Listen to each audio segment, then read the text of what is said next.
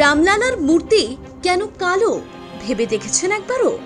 মূর্তির তৈরির সময় বড় বিপদ এসেছিল। শালগ্রাম শিলা দিয়ে কেন রামলালার মূর্তি তৈরি করা গেল না? কেন কৃষ্ণ পাথর দিয়ে তৈরি করা হলো রামলালার এই অপূর্ব বিগ্রহ? চকচকে সোনালি নয়, পিতলের মতো উজ্জ্বল নয়, কেন কালো রঙের মূর্তি তৈরি হলো অযোধ্যার রাম মন্দিরে, যে মূর্তিতে প্রাণ প্রতিষ্ঠা করলেন প্রধানমন্ত্রী নরেন্দ্র মোদী? সেই রামলালার মূর্তি তৈরির সময়ে কত বড় বিপদ ঘটেছিল জানেন? নেপাল থেকে আসা পবিত্র শালগ্রাম শিলা দিয়ে কেন রামলালার বিগ্রহ তৈরি করা সম্ভব হলো না শেষ পর্যন্ত?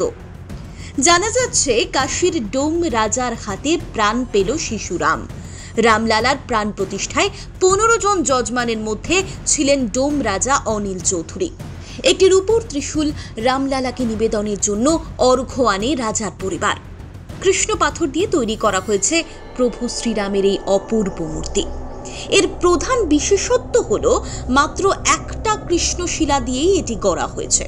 সূত্রের খবর, রাম মন্দিরের জন্য মন্দির কর্তৃপক্ষ 3টে মূর্তি তৈরির বরাত দিয়েছিল।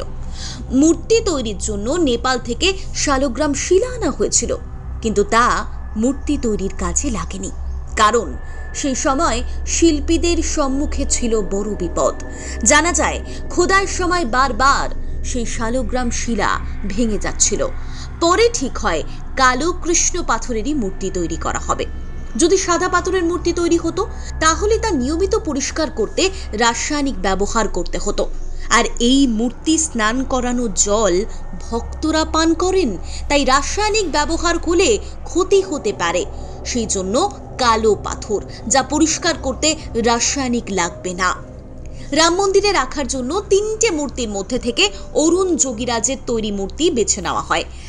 বাকি 2 বিগ্রহ মন্দিরের অন্যত্র স্থান পাবে। যে বেদিতে রামলালা থাকছেন সেটা 3.4 ফুট উঁচু মাকরানা পাথর দিয়ে তৈরি। রামলালার মূর্তির চালচিত্রে রয়েছে বিষ্ণুর 10 অবতার: মৎস্য, কুর্ম, বরাহ, নৃসিংহ, বামন, পরশুরাম, রাম, কৃষ্ণ, বুদ্ধ ও কল্কি। মূর্তির একদিকে রয়েছে হনুমান, অপরদিকে রয়েছে গরুড়। রামলালার মূর্তির যে মুকুট রয়েছে তাতে সূর্য, শঙ্খ, স্বস্তিক চক্র ও গদা রাখা হয়েছে। তবে এটাও জানা গিয়েছে শালগ্রাম শিলা দুটি যথাবিহিত মর্যাদা সহকারে রাখা হয়েছে মন্দির চত্বরে। তা দিয়ে মূর্তি তৈরি হবে না ঠিকই, তা জানিয়েছেন অযোধ্যার রাম মন্দিরের প্রধান আচার্য। ব্যুরো রিপোর্ট, প্রথম কলকাতা।